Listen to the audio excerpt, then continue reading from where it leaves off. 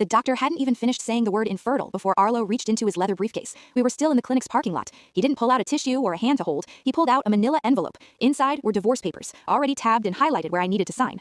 "I need a legacy, Elena," he said, staring straight ahead at the windshield. "A man like me needs a family. This changes everything." The ink was dry. The date on the filing was from 2 weeks ago, the day after my preliminary tests came back inconclusive. He hadn't been praying for a miracle with me. He'd been shopping for a lawyer. I signed them that night. I couldn't breathe in the same house as a man who treated our marriage like a faulty lease agreement.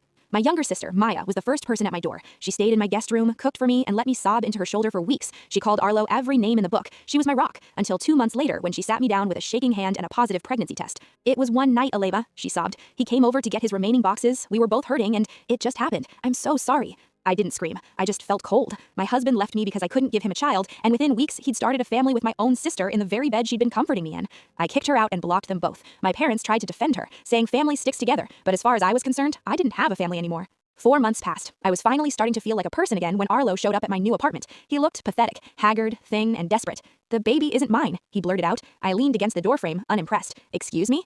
Maya, she lied. She was already pregnant by some guy she met at a bar before we even had our night. She just wanted the child support and the lifestyle I could provide. She knew I was desperate for a kid, so she used me as a cover story. He stepped forward, reaching for my hand. I pulled back. "Elena, I made a mistake. Seeing how she played me made me realize that you were the only real thing in my life. I don't care about the biological stuff anymore. We can adopt. We can do whatever you want. Please, come home."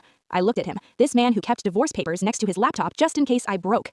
"You didn't realize I was real because you loved me, Arlo," I said calmly. "You realized I was real because your plan B failed. You didn't come back because you changed your mind about me. You came back because you ran out of options, and I refused to be anyone's consolation prize." I shut the door. An hour later, a text came through from an unknown number. It was Maya. "He knows. I'm scared and alone. Please talk to me." I deleted the message, blocked the number, and went back to my dinner. For the first time in my life, the silence in the room felt like peace.